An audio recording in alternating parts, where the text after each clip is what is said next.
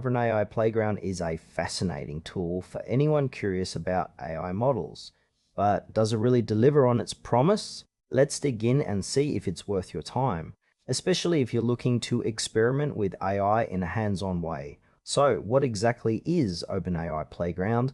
Essentially, it's an interactive platform that allows users to test and play around with various AI models. You can input text prompts and see how the AI responds in real time, which is pretty neat for anyone looking to understand AI capabilities. The interface is clean and user-friendly, making it approachable for both beginners and those with a bit more experience.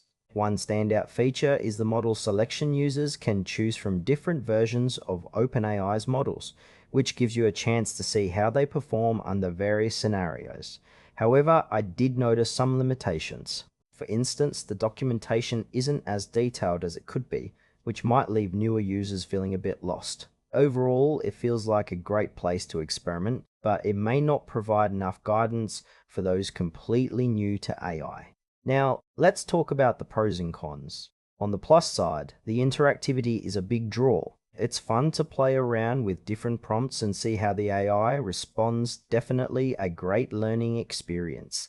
Plus, it's free to use, which is a huge bonus for anyone wanting to dip their toes in without spending a dime. On the downside, the lack of comprehensive documentation can be frustrating. If you're looking for more in-depth guidance or specific use cases, you might feel a bit let down. Additionally, while the platform is engaging, it may not suit advanced users who need more robust tools for serious projects.